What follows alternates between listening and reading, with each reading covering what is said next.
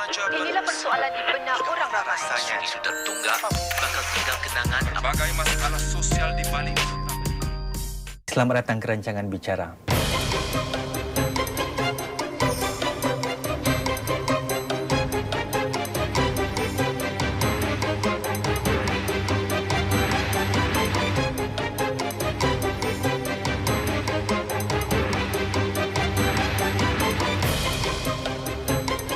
Tamu istimewa Bicara malam ini ialah seorang sarjana dari Rusia yang pakar dalam bidang sejarah dunia Melayu, historiografi dan juga kajian sumber-sumber sejarah. Beliau juga pakar dalam sejarah Islam dalam dunia Melayu. Beliau ialah Profesor Dr. Tatiana Denisova yang kini bertugas sebagai profesor di Pusat Kajian Tinggi Islam, Sains dan Peradaban di Universiti Teknologi Malaysia. Profesor Tatiana ialah seorang anak jati Rusia berasal dari Moskow. Beliau mendapat ijazah Doktor Falsafah dalam bidang sejarah mengenai dunia Melayu pada tahun 98 dari Institut Kajian Oriental Moskow.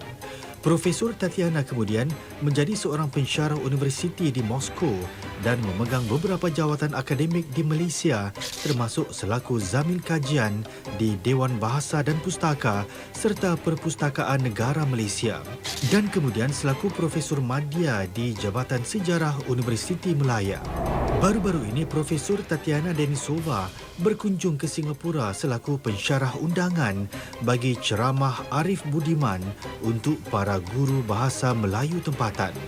Bicara berpeluang bertemu empat mata dengan beliau untuk mencungkil beberapa perspektif beliau tentang topik gagasan Melayu sebagai satu bangsa serta pengamatan beliau tentang keistimewaan dan keindahan bangsa Melayu dari perspektif orang Rusia. Profesor Dr. Tatiana Denisova, selamat datang ke rancangan Bicara. Terima kasih. Baik, anda merupakan antara sarjana yang percaya bahawa orang Melayu Nusantara ini hanya muncul dengan kesedaran sebagai satu bangsa selepas kedatangan Islam ke rantau ini Namun semestinya ini juga menindakkan kepercayaan bahawa sebagai sebuah tamadun Melayu yang mempunyai sekurang-kurangnya sejarah 3,000 hingga 4,000 tahun ia juga semestinya sudah ada semacam identiti Melayu Apa komen anda?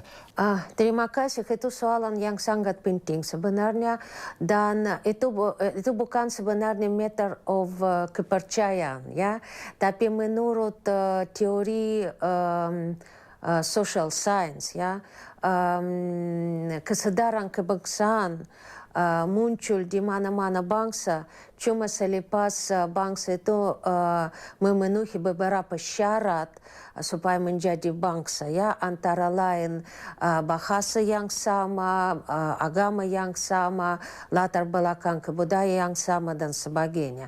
So semua syarat itu dipenuhi oleh orang Melayu cuma selepas kedatangan Islam.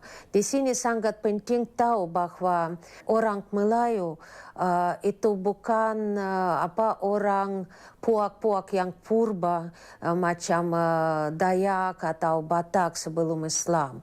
Orang Melayu jadi bangsa Melayu cuma berasaskan tamadun Islam bila mereka dapat agama yang umum dan bahasa yang umum. Kenapa Islam itu menjadi suatu pencetus untuk masyarakat Melayu di Nusantara ni mengambilnya dan menggarapnya sebagai suatu natijah kepada pembentukan suatu kesedaran orang Melayu ini? Saya mungkin akan mulai jawabannya daripada sebutan tentang akibat pengislaman alam Melayu jarang boleh cari bangsa di dunia masa kini di mana nama etnik jadi sinonim kepada nama agama. Orang Melayu dan orang Muslim, dua definisi itu daripada dulu, daripada kurun ke-17 ke 18 sudah dikira macam sinonim. Masuk Melayu jadi artinya dalam teks-teks Melayu lama masuk Islam. kita tak perlu cakap di sini apakah itu betul atau tak betul. Tapi yang paling penting bahwa pandangan orang awam yang merakamkan hal tersebut sebagai salah satu hakikat. Hal tersebut menunjukkan kesedaran orang Melayu pertama sekali sebagai umat Islam. Ya, itu bukan saya punya pandangan, itu pandangan orang Melayu sendiri. Ini agak suatu yang agak unik bagi orang Melayu dan kenapa ya? Adakah ini juga kedapatan dalam mungkin bangsa-bangsa lain di luar Nusantara? No, mungkin karena memang pertama sekali karena orang Melayu masuk Islam daripada dulu, at least sekurang-kurangnya daripada kurun ke-9.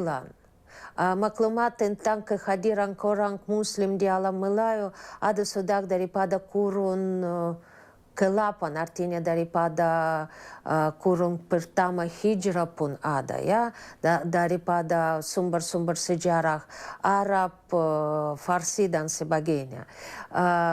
Itu pertama kali. Yang kedua, Islam di sini disebarkan tanpa paksa. Ya, secara berdamai.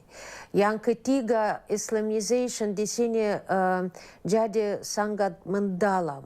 Ya, so daripada dulu, daripada kurun ke-18 ke-19 tak ada maklumat bahwa orang Melayu pernah tukar agama, misalnya jadi Kristen.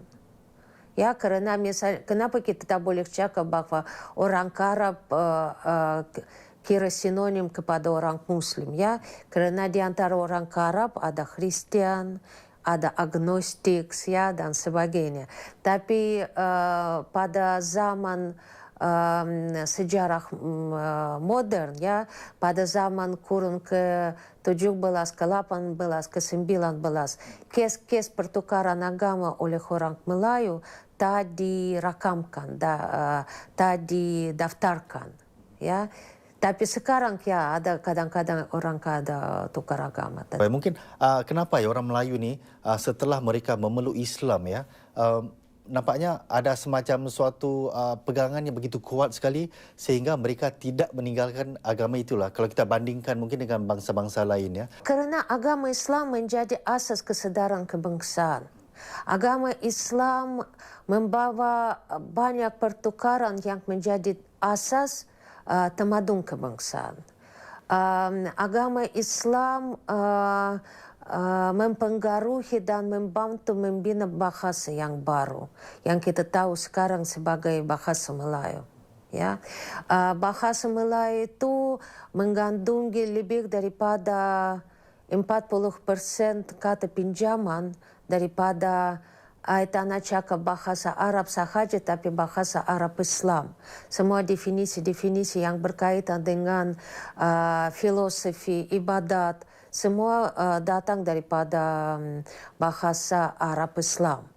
Itu yang pertama. Yang kedua, cara kehidupan dan adat istiadat orang Melayu selepas kedatangan Islam sangat berubah.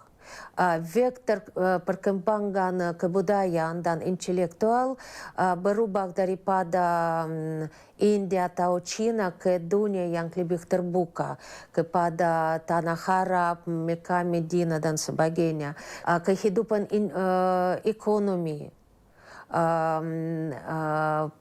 alam Melayu menjadi sebahagian yang tak boleh dipisahkan daripada sistem perdagangan antara bangsa, daripada sistem keuangan antara bangsa. Ya, ramai pedagang-pedagang mulai datang ke sini selepas kedatangan Islam. Daripada sejarah kita tahu bahwa pada zaman Sriwijaya atau pada zaman Majapahit, walaupun pedagang daripada luar datang ke sini, tapi masyarakat Melayu pada waktu itu tak terlibat sangat ke dalam perdagangan antara bangsa. Kehidupan intelektual dipengaruhi langsung oleh tamadun Islam yang global yang antarabangsa. Di mana-mana pun teks yang berkaitan dengan agama, boleh lihat pengaruh tokoh Islam yang sangat terkenal di seluruh dunia. Al-Ghazali, Ibnul Arabi, Farabi, dan so-on. So, hal tersebut menjadikan orang Melayu sebahagian daripada umat yang global. Artinya baru orang Melayu menyadar diri sebagai satu bangsa yang sebahagian daripada umat Islam.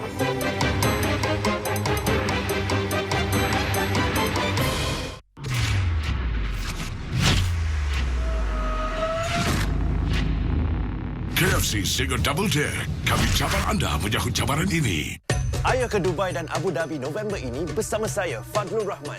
Saya tidak sabar untuk menikmati pemandangan indah kota Dubai dan Abu Dhabi, membeli belasakan dan redah padang pasir. Kita juga akan melawat masjid ketiga terbesar di dunia, Sheikh Zayed Grand Mosque. Nikmati pakej menarik 6 hari 5 malam dan menginap di hotel-hotel 4 bintang berserta makanan yang garanti halal. Rakamkan pengalaman bercuti yang menarik bersama saya November ini. Ayo hubungi Mustafa Air Travel sekarang. Was that a goal? Don't know. The screen is not sharp also. Hey everybody. Hey, you're Suhaimi. Hello. Are you enjoying the football match? If only we can see the action on TV. Oh, don't worry. I can help. I will upgrade your TV to digital TV. Number 1, if you are using a TV which is not digital ready, just connect the antenna to the set-top box with the antenna cable. Then connect the set-top box to your TV with the HDMI cable or a 3-colored AV cable, depending on your TV's connection ports. If you are using the set-top box, make sure to select HDMI or AV using the source button. Then use the set-top box remote control to scan and control the TV channels. Number 2, if your TV is digital ready, it's super easy as your TV has a built-in DVB T2 tuner. You just need to connect the antenna to your TV with the antenna cable. After all the connections are done, scan the digital TV channels by following the on-screen instructions. To know if a TV or a set-top box is digital ready, simply look out for these digital TV consumer labels when buying the equipment. Wow, the TV is so clear now. There goes number 17. For more information, visit mediacorp.sg/digitaltv. In partnership with Samsung, SUHD TV, the world's #1 TV brand for 9 years. Hati yang sepi mencari pasangan di alam maya. Kenneth, an American. Kemudian I was detained. They're gonna have me for sure. dia menyelamatkannya. Call my friend Mark Fangor. He's a lawyer. Rela buat apa saja. Berikan segalanya. Everything was a lie. Sehingga dia ketahui ia satu penipuan. Took 200,000 of my savings. Setakat ini $3.8 juta hilang di penipuan alam maya di Singapura. Jejak Jenayah, Rabu 8.30 malam di Suria. Dibawakan oleh Majlis Pencegahan Jenayah Kebangsaan.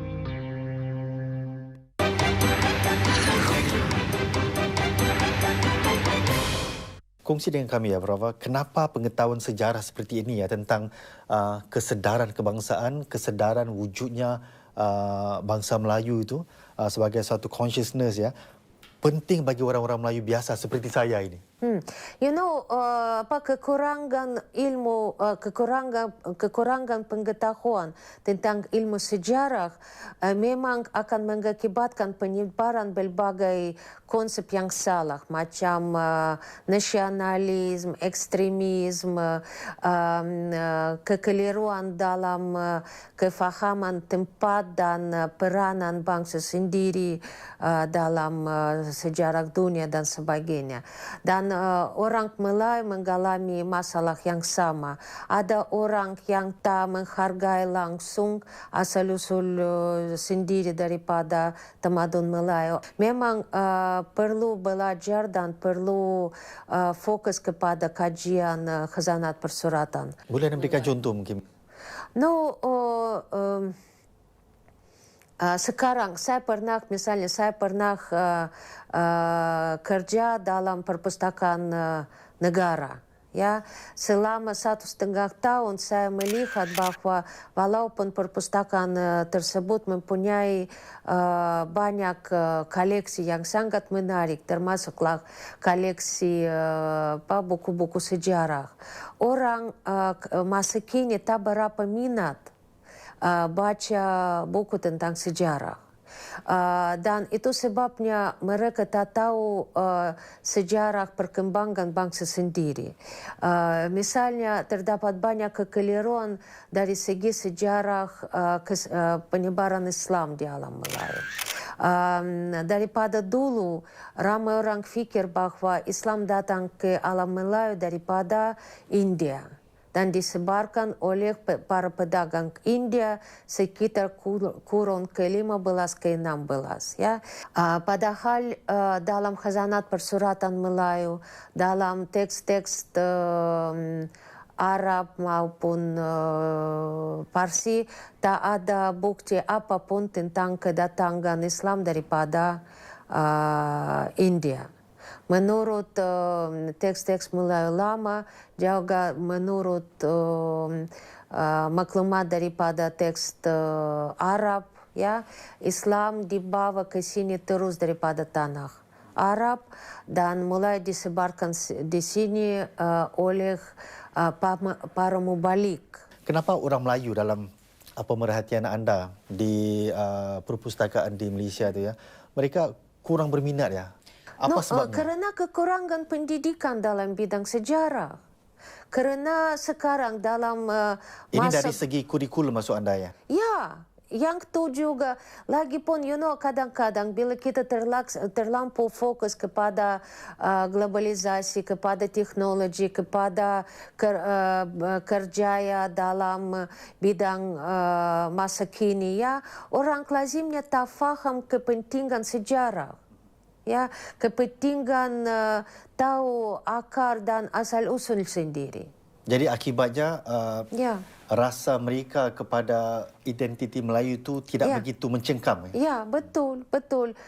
Dan atau terbalik lazimnya orang yang tak tahu sejarah juga mereka mulai membina gambaran sejarah kebangsaan yang terlampau perfect, yang terlampau macam bercahaya, ya, sehingga mereka jadi sombong dari segi kesedaran kebangsaan dan coba cari musuh di luar mereka punya bangsa. Kita tahu semua itu peperangan dunia kedua berlaku kerana penyebaran idea nasionalisme ekstrim, penyebaran fasisme, penyebaran antisemitisme dan sebagainya. Baik, sungguh menarik ya. Profesor Tatiana ya, anda berasal daripada Rusia ya. Kongsi dengan kami sedikit ya tentang sebenarnya dari mana ya minat untuk mengkaji dunia Melayu ini, khususnya sejarah Melayu ya, datang kepada anda. Terima kasih.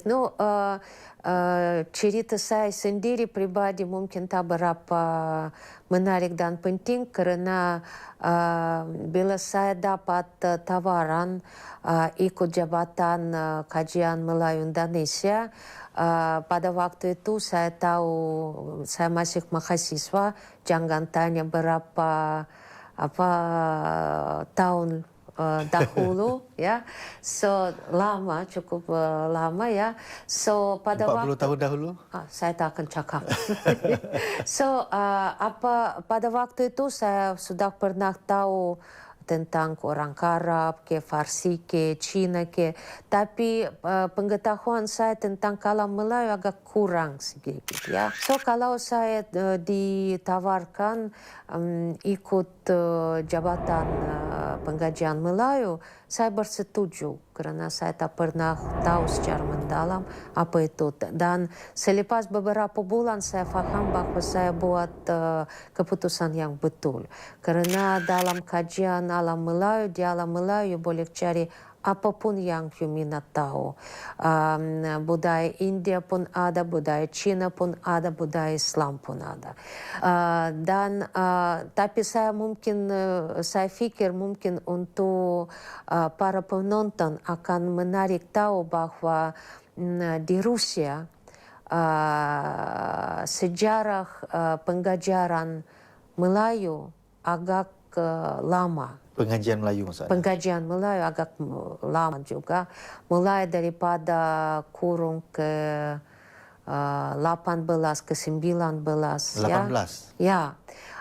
Pada waktu itu sudah ada beberapa tokoh etnologis dan sejarah, misalnya Mikluha Maklai, yang pernah datang ke alam Melayu supaya buat kajian tamadun dan adat istiadat orang tempatan. Dan hingga sekarang di merata tempat di Rusia ada tempat di mana you boleh belajar bahasa dan tamadun Melayu Indonesia. Di Moskow State University, di Saint Petersburg State University. Dulu waktu zaman Uni Soviet ada pusat kajian Melayu di Ukraina. Sekarang pun juga ada. Di Tashkent, di Estonia, di Tartu University. So memang kajian Melayu menjadi sebahagian penting daripada Oriental Studies, dan hal itu juga membuktikan bahwa tamadun Melayu bersikap antarabangsa.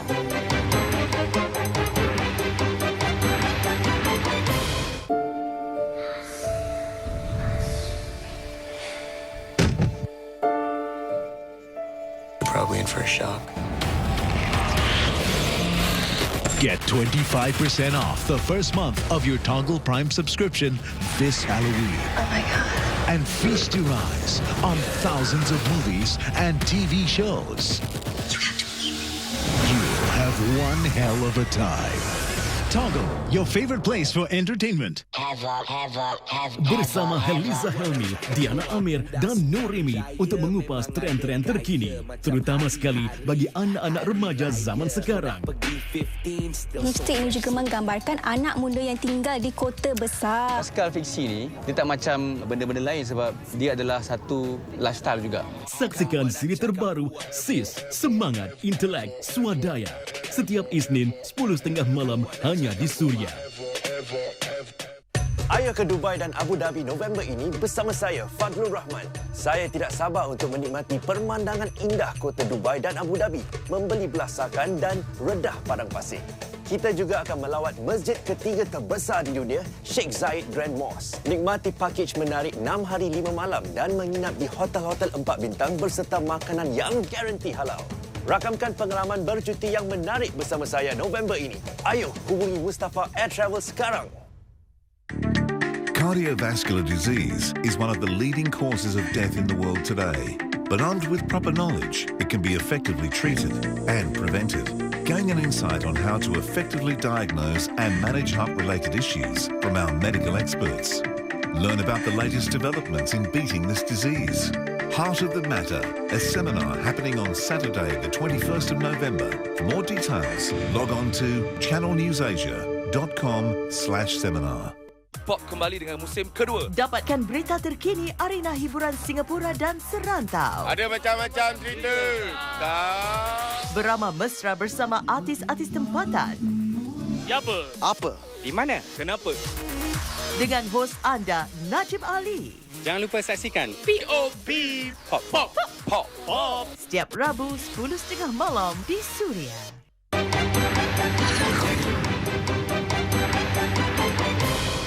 Prof Tatiana, apa sebenarnya persepsi Rusia tentang orang-orang Melayu ya? Atau anda sebagai seorang berdarah Rusia ya, orang asli Rusia.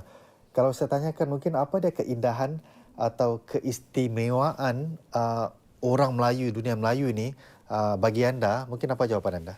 Kalau menurut saya, untuk saya keistimewaan tamadun Melayu dan orang Melayu itu adab Melayu. Kelembutan, kesopanan,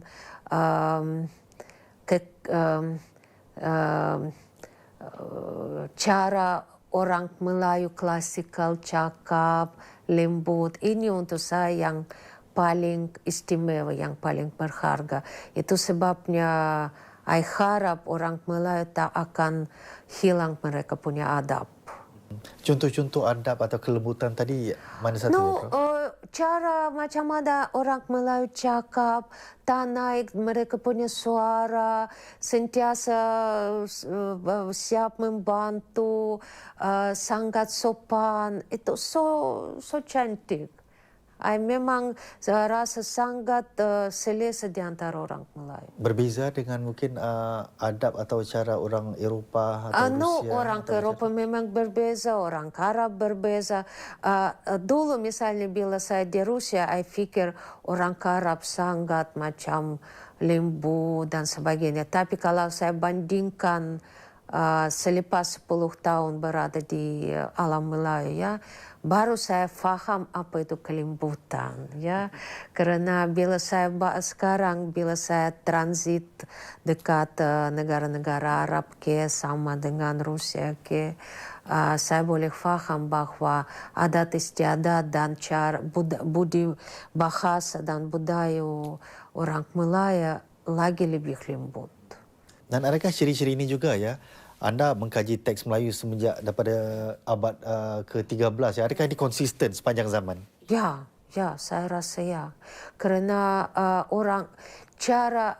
ajaran para penggarang teks-teks Melayu lama sentiasa bila mereka bagi nasihat kepada para pewaris mereka, mereka sentiasa sebutkan kesopanan, ya, budi bahasa, bahwa penulisan sejarah perlu dibuat dengan bahasa yang baik, ya. So itu memang salah satu hal yang lazim disebutkan dalam khazanat persuratan Melayu. Anda banyak mengajar mahasiswa Melayu, ya, anak-anak muda. Adakah anda berasa bahawa kelembutan tersebut, adab tersebut sudah semakin terhakis atau masih lagi dikekalkan? Masih dikekalkan, tapi mungkin kurang sedikit. Dan itu sebenarnya ciri khas yang baik. Apa yang saya tak suka kadang-kadang dalam mahasiswa. Kadang-kadang mahasiswa saya sedikit pasif. Duduk aja, tak tanya soalan aja, macam mimpi aja. Tapi tak semua itu. Misalnya sekarang yang dalam pusat yang di mana saya kaji postgraduate studies student, mereka sangat aktif dalam soalan. Tugas saya sebagai satu pengajar, ya, bangunkan akal para pemuda Melayu supaya mereka pandai tanya soalan. Jadi anda menyatakan bahawa secara umumnya, ya, anak-anak Melayu ini tidak agresif, ya? No. Tidak agresif, dan saya boleh saksikan itu kerana saya ada banyak hal supaya membandingkan itu dengan negara sendiri. Orang Melayu walaupun kadang-kadang boleh jadi kira pasif, kadang-kadang orang cakap orang malas, tapi saya tak bersetuju dengan hal tersebut. Tapi yang keindahan orang Melayu, mereka bukan agresif, sangat terbuka. Kadang-kadang terlampau pun terbuka. Dan akibatnya? No, akibatnya mereka terlampau terbuka sehingga mereka mulai ikut aliran yang mereka tak sepatutnya ikut. Mereka kadang-kadang lebih percaya kepada pendapat yang datang daripada luar, daripada percaya kepada khazanat persuratan sendiri. Profesor Dr. Tatiana Desinova, terima kasih kerana sudi berbicara dengan kita untuk kali ini. Terima kasih banyak kerana sudi jemput saya.